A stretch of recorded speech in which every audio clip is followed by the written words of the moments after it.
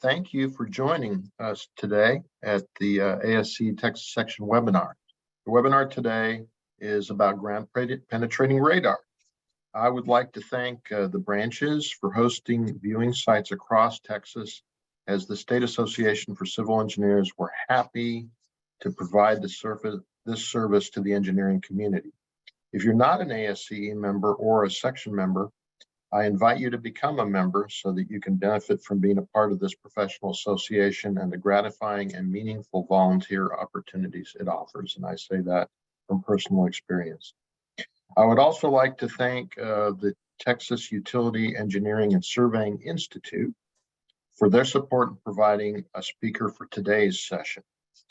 Now, I'm pleased to introduce our presenter today for today's webinar, Luke Cooper. Luke is an industry transplant from oil and gas into transportation and utilities.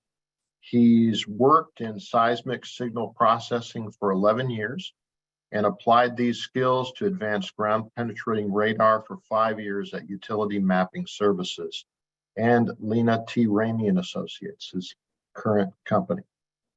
He has experience in both single and multi-channel units, the processing workflow, and anomaly identification. As one of the first persons to apply multi-channel GPR nationally to multi-mile 3D modeled utility projects, Luke has had the great opportunity to process and or acquire 2D and 3D mapping projects spanning Hawaii light rail installation, Deadwood, South Dakota, historic culvert identification, LAX airport, I guess runway expansions, Federal Highway Administration in Montana, Helena, Montana, DFW Airport, Terminals A and C clearances, Coastal Water Authority, Lake Houston Dam, a void study, and multiple Texas refineries and many more. So I hesitated just a minute. I had to access my database as to what the acronym for HI was. HI's Hawaii, right, Luke? Anyway. That's correct. Take it away. Thank you for being here. I appreciate it. Thank you for the introduction. And thank you for everybody for being here. Like I said, my name is Luke Cooper, and this presentation is going to be covering ground penetrating radar and imaging the near surface. Before I start, I want to give a big thank you to LTRA and Utility Mapping Services for allowing me to show the data that I've seen in the past to show to you guys, and for allowing me to share everything that I've learned over the past several years. It's a lot of fun to do. I greatly enjoy it, and I love deep diving into these types of subjects.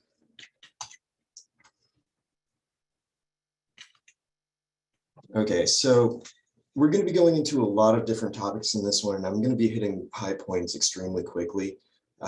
So if you can bear with me, especially on the data processing section, I'm really going to try to hit the high points there and then move on. But these are really just points that you may need to know for your background. The rest of it is what you need to take in.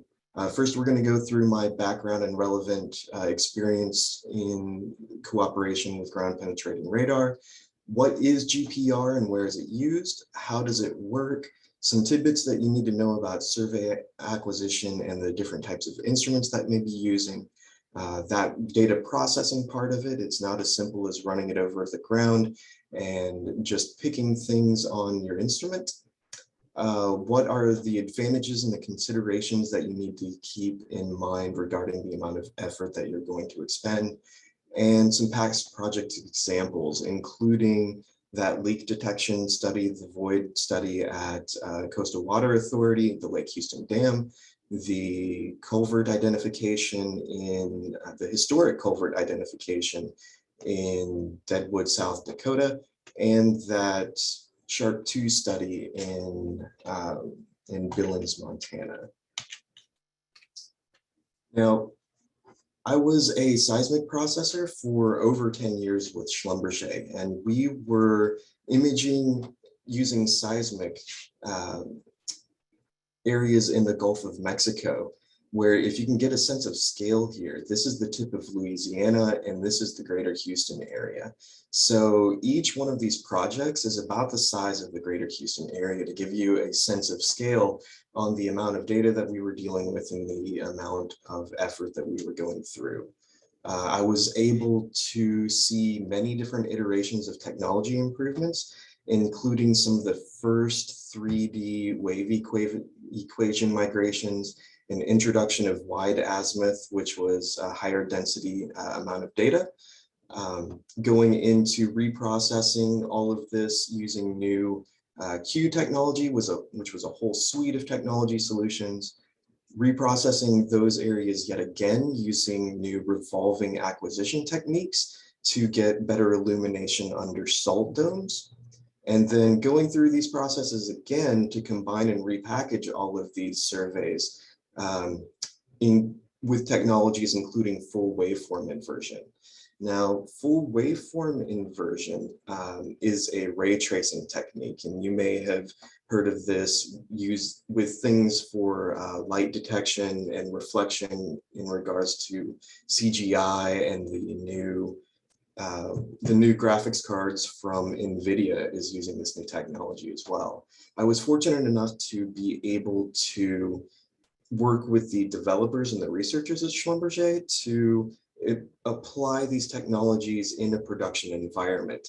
And that's kind of been a theme in my career, is applying these new technologies and making them work to be more fruitful in the future. Now, if you're familiar with ground penetrating radar data, the image to the left is going to look very familiar.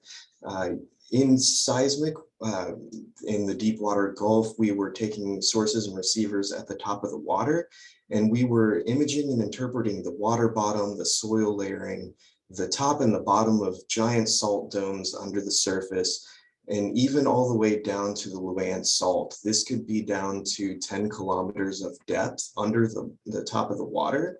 And the Luan Salt feeds all the salt domes bubbling up to the surface like a lava lamp. And the majors, we were selling these images to the big oil companies who may want to drill in traps that were under the salt. Now, I mentioned that 3D WEM equation migration. The amount of data that we were getting out of those high density WAS and using those 3D migrations greatly increased the amount of clarity that we were able to see in our signal. As you can see from using the sparse 2D lines, our layering here is chopped up, not as visible. But with the new processing techniques and with that increased data density, we get much greater coherency along our layers, and you can image these faults which are of interest to our clients. So using that new technology, I was able to see basically into the future of ground penetrating radar a little bit, and the new technologies that are going to be applied and are being applied. But first off, going into what it is a non-destructive remote sensing tool that images the relative differences in underground electrical properties. Basically, we take our instrument, we run it along the surface of the ground, send a signal underground that gets reflected back up to our instrument, and that's what creates that image. It can be a practice in change detection, meaning that a lot of times we are looking for what is different in the area. If we're seeing a bunch of soil layers, then that utility or void or manhole or fault are going to be the changes. And a lot of times that's what we're looking for.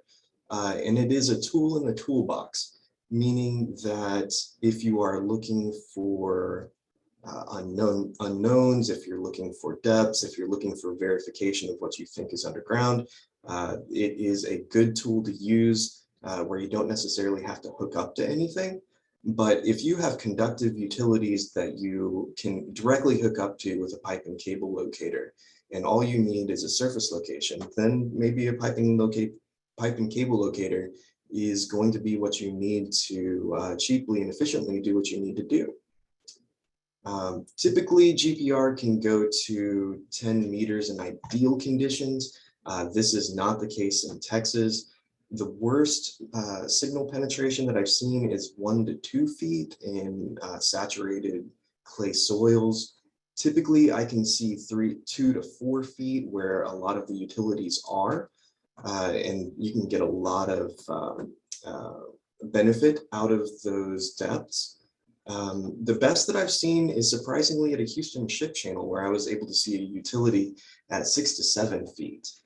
So it all kind of depends, and we don't know what we're going to get until we get there.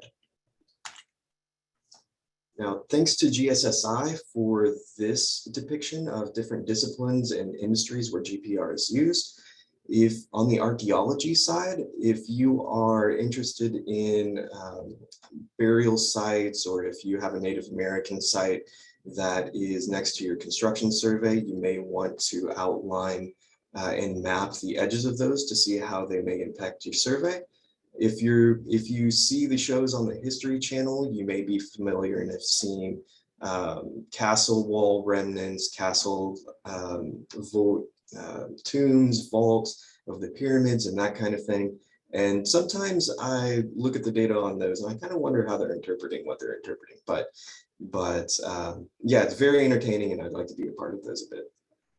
On the geology, geophysics, and environmental side, thankfully, we don't have to worry about glaciers here in Texas, but I have quite a few data examples from the rest of these, such as stratigraphy.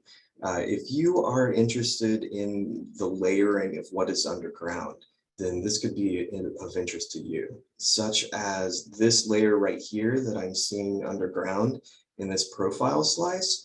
It travels along and then all of a sudden gets disconnected in several areas.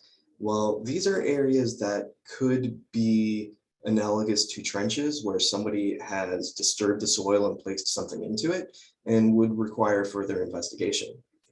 If you are interested in structural analysis, you may be interested in where the bedrock is. And here is an image of a deformed bedrock where high pressures and temperatures have actually broken up that bedrock, and you can see it slanted it in different directions by these white signatures in the data. You may be interested to know that you can actually float a GPR unit on water. And when you do this, the signal goes down and reflects back the water bottom in a limited penetration under the water bottom if you have a target just under the water. This may not be the best use of the instrument. If you're just looking for the water bottom, you may want to use sonar, but I did want to throw it out there as a possibility as something that you could do. Voids and sinkholes are extremely interesting use cases, and they show themselves differently in the data. So if you have a top of a mapped clay layer such as this, then directly above it, if you see this washout in the signal that I get right here, it's all of this white. Well, this is a low pressure zone where the material is broken a little bit further apart and it's actually scattering all of my signal. But if you fill these voids with liquids such as water, well, then it may increase the conductivity of what is in it and actually increase all of the amplitudes compared to the surrounding area. So I want to note that these take an interpreter's eye and they can be tricky to locate. On the agriculture and underground tank locating side, I wanted to highlight a project that I did back with Utility Mapping Services in Colorado, where we were doing a mapping study on a farm, utility mapping study on a farm. And adjacent to our area was a bunch of grain silos. Running the instrument next to those silos, I was able to see remnants of previously removed silos that still had debris under the ground. So if you are doing construction in this area, you may be interested in this to be able to know that you may come up with extra materials that need to be accounted for in your budget and removal process. And particularly, I love this picture because for as much as I look at this data, in this case, the data looks like it was looking back at me. This looks like a pair of eyes looking back at me from that depth slice. If you are interested in putting a well on your property, or if you're interested in storm design, you could want to know where that water table naturally is. And it usually pops up as a big high reflection layer where under it, all of my signal is dissipated. On the utility locating and concrete inspection side, this in the middle is a project that we did here at LTRA for DFW Airport. They were doing cores for terminal expansion and wanted to make sure that they weren't going to hit any utilities. But this picture ends up being a very good representation of what we can see going through the concrete. So the top of concrete is here at the top. I was able to correlate the expansion joints with the sections of concrete and the rebar at a constant spacing going across, the thickness of the concrete, the utilities that were under the concrete, which I could map to electrical handholds, and then subsurface layering. All of these things are that I was able to infer and see in the data, but I do want to stress that outside sources of information are needed to verify what we're seeing in the data, such as builds or doing a test hole on the utility to get that exact depth, or someone with knowledge of that surrounding area that can help you determine what you're seeing in there. On the Hawaii project on Kamehameha Highway, one of the more interesting things that I saw was reflective paint on the surface that was being reflected back at the instrument. These are actually turn lane signals that were directly on the surface, and I don't know the use case for these, but I just thought that they were interesting, and it could very well correlate with Google Earth and help me tell where to see where I was in my data set. Just under was the traffic control loops that you could see very distinctly. Manholes that were in the roadway, and many of these could be buried and easily detected with GPR, and crossings for the utility. Now, how does GPR work? Well, typically we have a source and receiver on the surface, and it transmits a wavelet pulse into the ground, and at every material interface, it reflects a signal back up to you, and it transmits through down to the next layer. When you run your GPR across, then it lines out that material interface for you, and that's what we typically see in our images. Now, I want to highlight that the material that you're running over matters. If the differences in the electrical permittivity, and it's keying off of the ability of the material to become electrically polarized and store that electrical charge.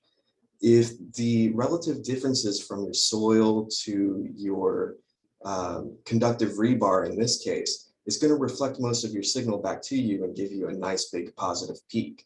But PVC is on the opposite side of the scale. It's actually less permittivity than the surrounding soils. It inverts that peak and gives you a less of a reflective bounce.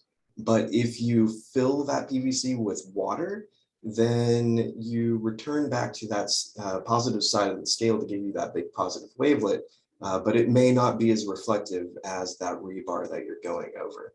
So I just wanted to highlight that what you're running over matters. Now, here's why you actually see the hyperbolas. The signal doesn't go straight down from the instrument. It actually spreads out in a cone. And when you run your GPR over a target, the edges of the cone are going to hit your target first and bounce back with the travel time. When you're directly over it, it's going to give you a shorter time than that edge. And when you are moving the instrument across, it's going to give you that back edge of that cone and give you that longer time. And when you map this in your image, that's why you see that hyperbola as you're running your instrument across a rock or across a utility. Now, a few things that you need to know about your survey setup. The amount of effort that you're going to expend is based on project area and the congestion of targets, say if there's a lot of utilities in the area that you have to interpret. It's not based on the linear feet of utilities like a normal utility locating project. where you just hook up to things and you can know how much you're going to expect there. The survey size and the distance in between lines are based on the target needs and the budget. If you are doing a rebar study, you're going to want a smaller line spacing than if you're doing a utility survey. And more data is usually better, but it's also more expensive because you have to process and interpret all of that data. Lastly, how you run the instrument over your target matters. Say in this LTRA project, this was a transmission pole site clearance project that we did for LCRA. I mapped a utility as denoted by this line in the plan slice. And when I run the instrument over that utility, that's why when I get that nice hyperbola.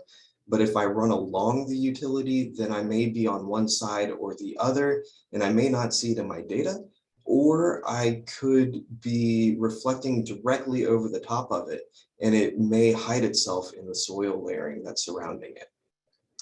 This is highlighted very well in the HART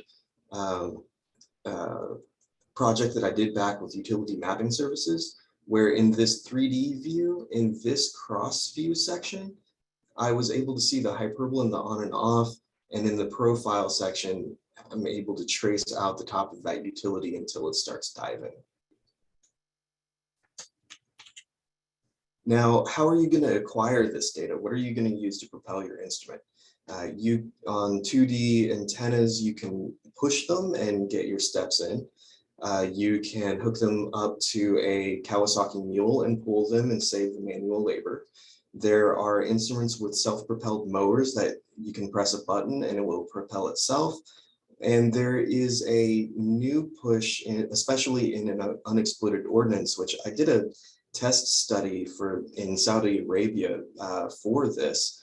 But you can actually hook a GPR unit to a drone that skirts the surface of the ground and helps you image those mines and unexploded ordnance on the surface where you may not want to step.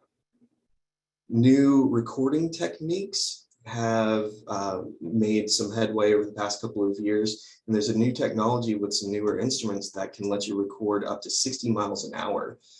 This is very good because you can acquire a lot of data very quickly, and you don't necessarily need the traffic control. So it helps you with the permitting time and the complexity issues, but it doesn't help you save time on the data processing and interpreting side.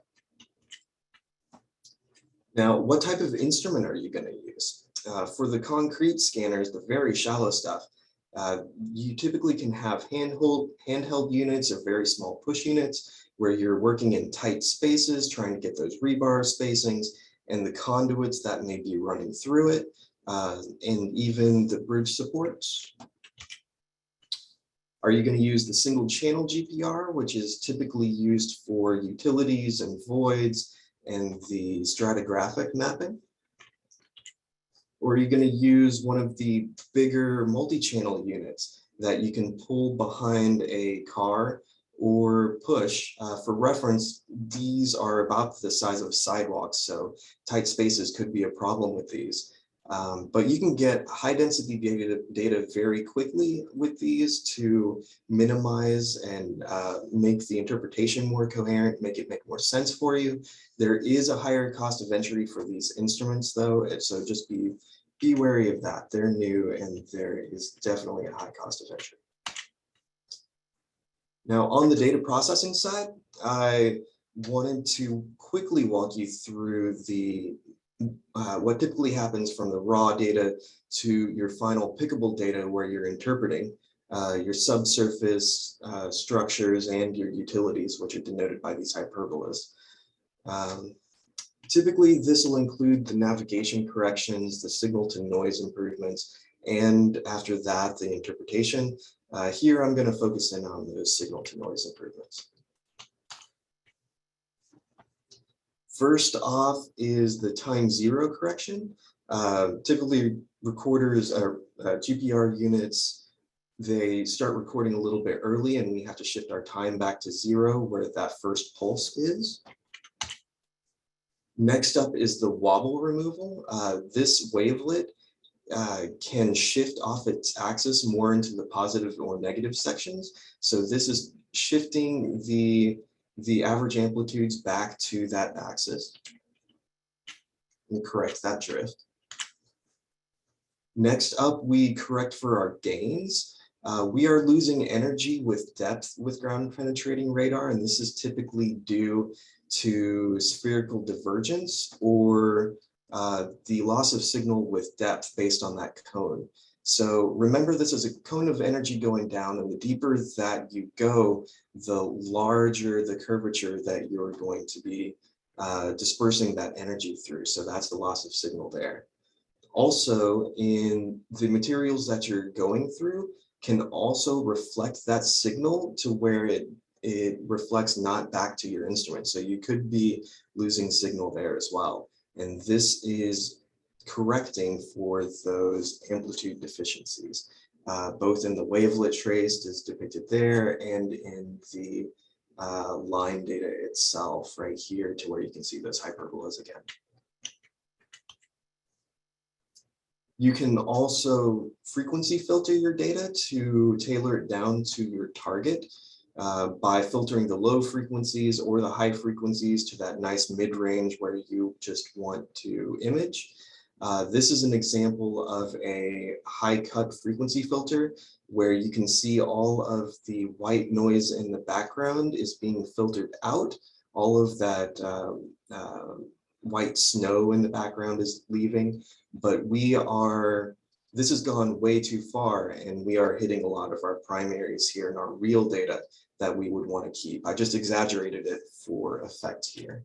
So you got to be careful and test these things.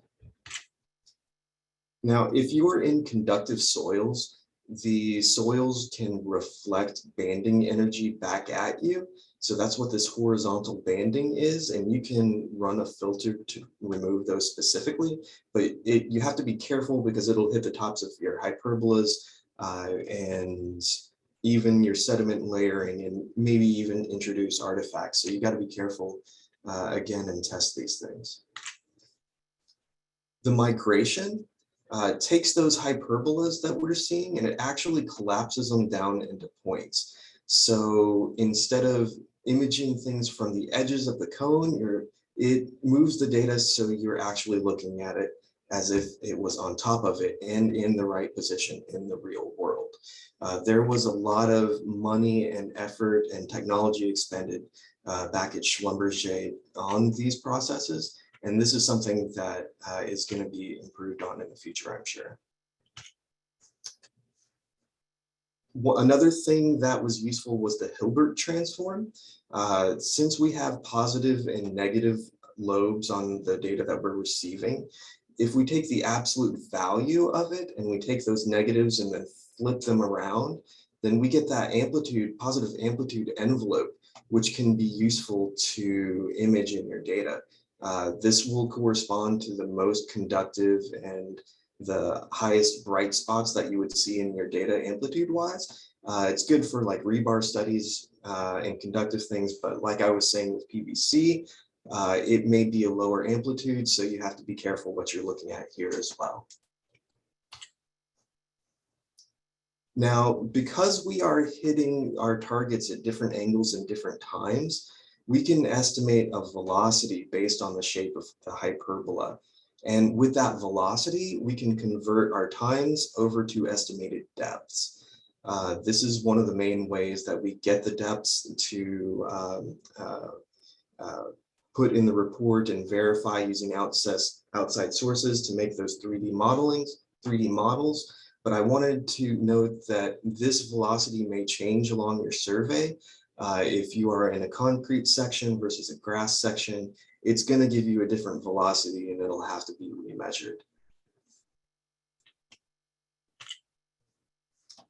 Now, some of the benefits of GPR in the utility industries, like I said, you can use these to detect non-conductive and conductive utilities and get those depths to use in the 3D model creation. You have many different instruments to use depending on your use case. Knowing what you're going to encounter underground is going to decrease your safety risks, your cost risk, and your delay risks when you go into construction. Having that optimal utility model, you can get the best geometric design for those creative solutions and collaboration. And you can check for clearances, so you can find the unknowns in your survey, since you don't have to directly hook up to them. And you can thread the utility needle so that if you have more confidence in what you're seeing in the utility corridor model, then you can avoid that unneeded right-of-way detection. And thread the needle in and make your design appropriate for what you need.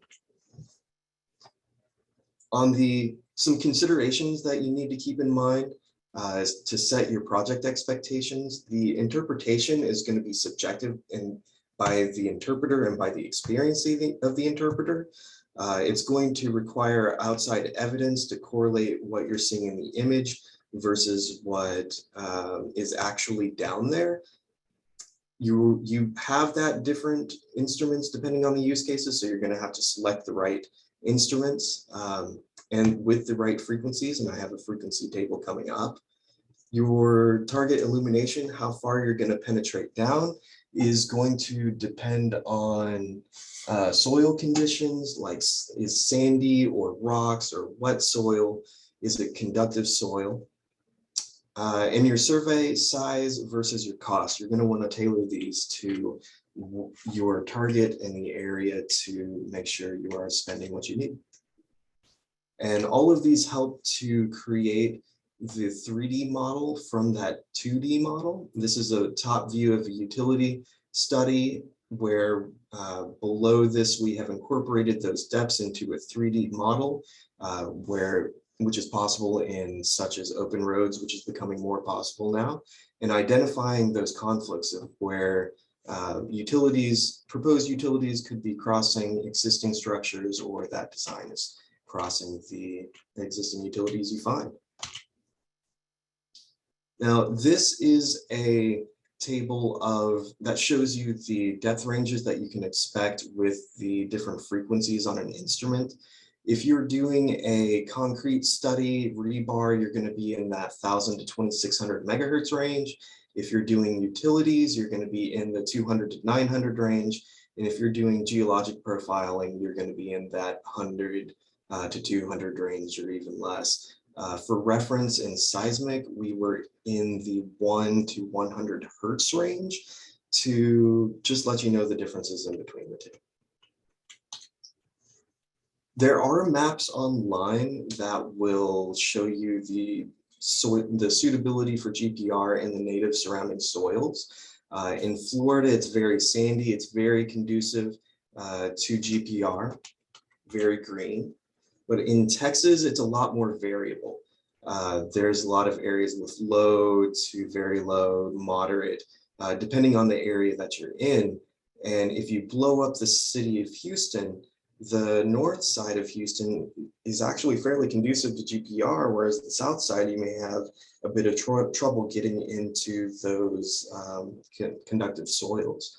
But I do want to mention here that a lot of the areas that we look at are in areas that have been disturbed before. So if construction has gone through the area and filled it with a different type of soil, then you may get a different visibility. Remember, I said I saw utilities 6 to 7 feet along the Houston Ship Channel. I want to go through a couple of examples of past projects. The first one being for the Coastal Water Authority. It was a leak and void detection along a spillway at Lake Houston Dam.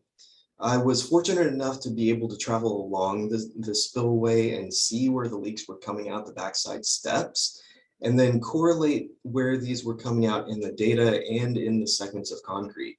Usually these were correlated coming out the expansion joints in the different sections of concrete. At this point, I was able to see the flow of water going down about 3 feet below the top of the concrete where it was coming out. Next to it was an area that we notified to the client that they want to take more research into to see if this is a possible void.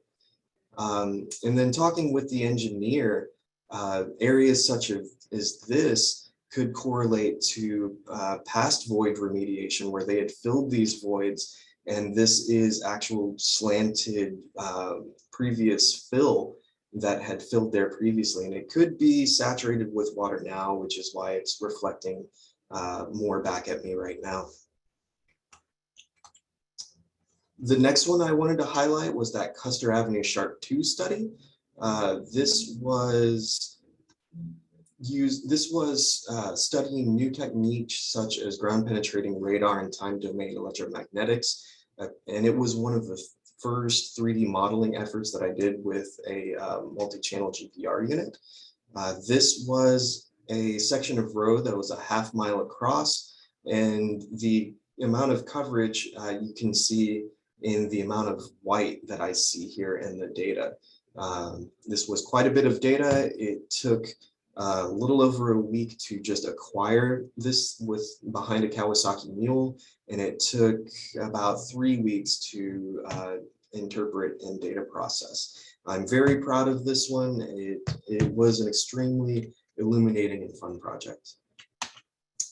Some of the things that we were able to see in a profile view, you can see these longitudinal utilities running across the roadway. 1, 2, 3 different hyperbolas I was able to track. I was able to get with the developers and make improvements in chunking the data into manageable interpretation chunks that my computer could handle, where I was able to do small sections at a time, and then you can see all my picks throughout the rest of the survey going down the roadway here. I was able to see a board line that was diving under the road and coming back up, and correlating this with the SUE survey. This wasn't mapped in the original SUE effort, so we placed this as an unknown line in the final plans. Was also able to see in a top view how a longitudinal utility is running along the roadway and then breaks off into a crossing across the road. And this is an interesting thing to look at. This is a top view of an intersection at Custer Avenue. I'm going to start this video, and this is giving you a top view going deeper and deeper into the ground, so you can see what I'm seeing when I interpret this data. So going down, I'm going to stop it. You can see just under the surface all of the traffic signal loops coming in. Going deeper, you can see the beginnings of utility crossings.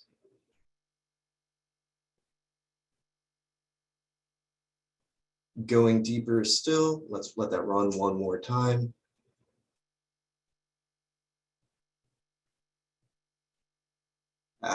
It didn't stop for me, but you could see more in there as well. I'll not stop it, but there's a manhole right there. And here are utility crossings here and here. The last project that I wanted to mention was the historic storm sewer identification in Deadwood, South Dakota. The story on this is that back in 1883, Deadwood was flooded by the creek that was running through the town. And rather than relocate the town, they actually put up walls and they dammed up the creek. In the 1960s, they built a highway over the top of that. And eventually they lost track of the exact extents of where that storm line, that culvert was running through. So here's the inlet, here's the outlet. This is about 1/3 of a mile in between the two. And this is Deadwood, the white being the GPR coverage. This was also a utility mapping effort in the downtown area as well. And I was fortunate enough to be able to see and map that culvert from the inlet to the outlet in my data. Looking down, I was able to see the top structural supports of that culvert running across and all of these bright amplitudes coming back up to me, as well as large and small utilities that were downtown, such as this large water line.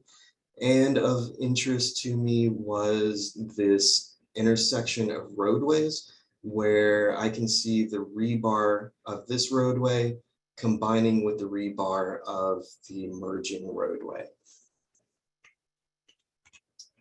Now, at this point, that concludes my presentation. I thank you for bearing with me on all of those explanations and pictures. I hope you found it entertaining. I hope you found something that you could use and that you could learn from it.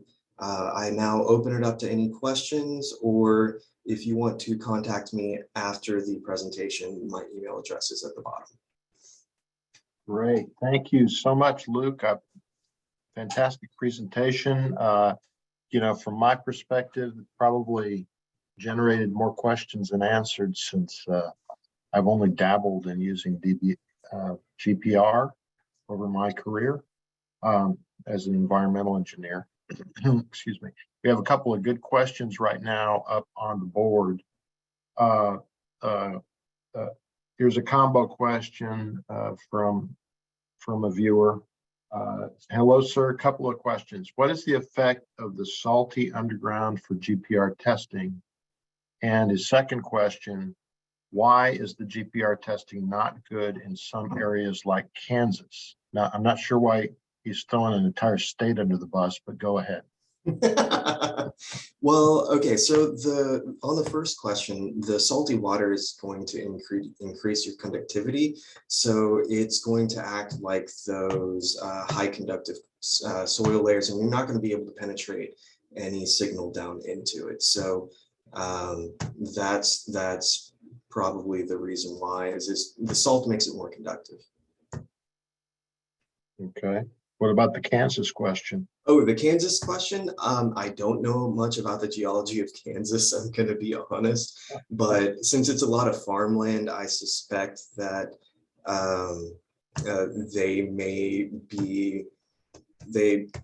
be under that conductive soil umbrella too. If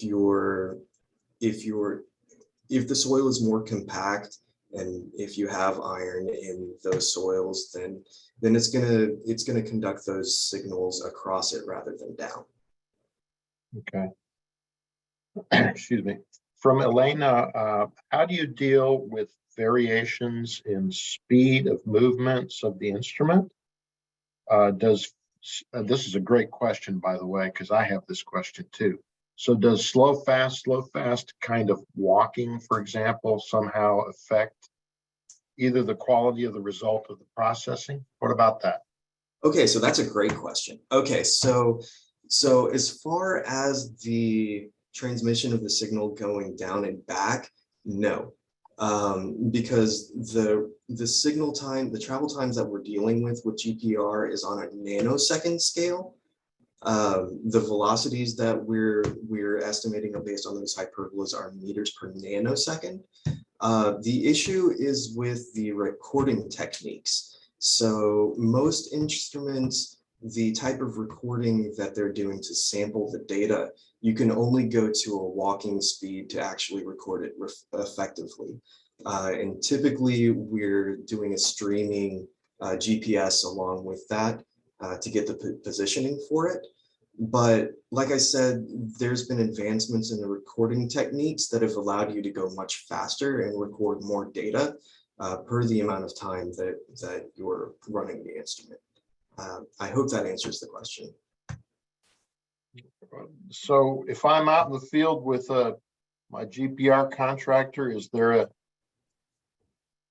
a point where I should be concerned they're just in a hurry to finish up the day because they've had a long day? Or what's the proper good question. I guess it would depend on your contractor, but typically unless they specifically say that you can go fast with the instrument. Check with the manufacturers, and they'll give you a maximum limit of how fast you should go. Typically, that's like uh, 4 to 6 kilometers an hour, Okay, walking speed. that's pretty good. Yeah, that's walking speed. Okay. All right. From Jody, can you discuss why different frequencies work better for different applications? Okay, so that's a great question. Okay, so because higher frequencies have higher energy, they don't transmit as well through materials, but they do give you a higher resolution. And I don't have a good slide. I wish I had a whiteboard right here, but that's the short answer of it, is longer frequencies can travel longer distances, shorter frequencies can travel shorter distances and give you more clarity. Um, so say you have an earthquake with really long pulses, you get seismic data on a very big scale versus an X-ray that is just going either through your body, or it'll bounce off of a shallow thing and come back in. Okay. All right. So let's see. What's your favorite GPR unit? This attendee is using the Noggins Smart Cart, Smart Handle, Smart Toe units. Oh, so there's a lot of them. If you're using 2D, and I don't want to go into like which one is better than others and why, but ProSec and Impulse and IDS and sensors and software, they all make pretty good units. Okay. From Bertus, this is used just for locating underground objects on highway projects? Question, does it also locate underground water sands? Ooh, that is a good question. So back in the use cases, I showed that water table example. You can usually go to where the water has saturated your soils, and then get the reflection back to you. Typically, I've used these in Texas and in areas that aren't as sandy. So that's just what I'm used to. But typically, if I get into a bunch of water, it dissipates all my signal. That being said, if you're in sand, I would, without going and looking at the example, I would expect that fresh water in sand isn't going to increase your conductivity and you're going to get signal down into it. But I need to go and look at the data. I don't want to say for sure without going and looking it up. Okay.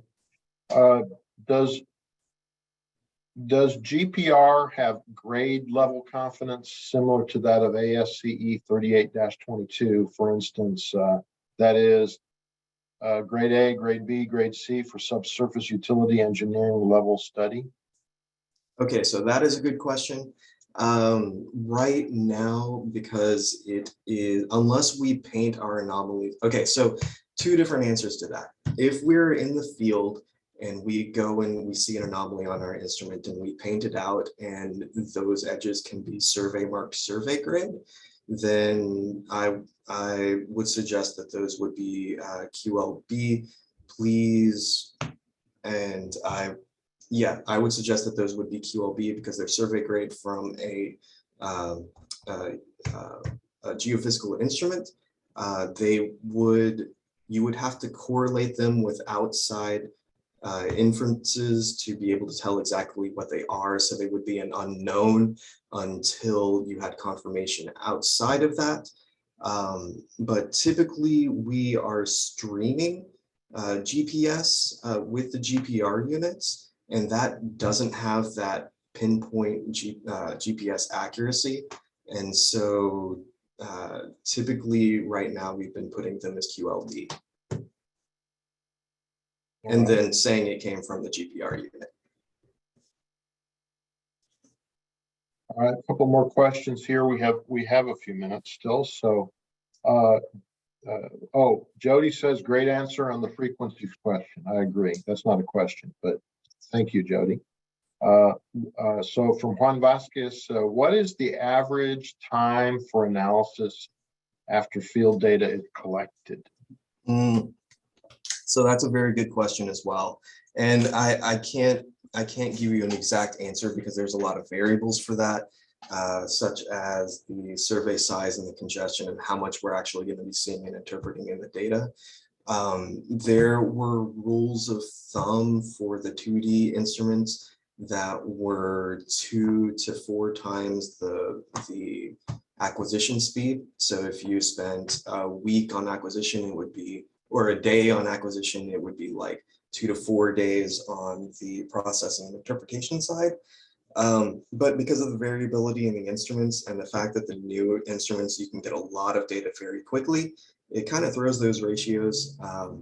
You can't use them as much. So I'm going to give the geophysics answer and say it depends. That's the answer to all questions, Luke.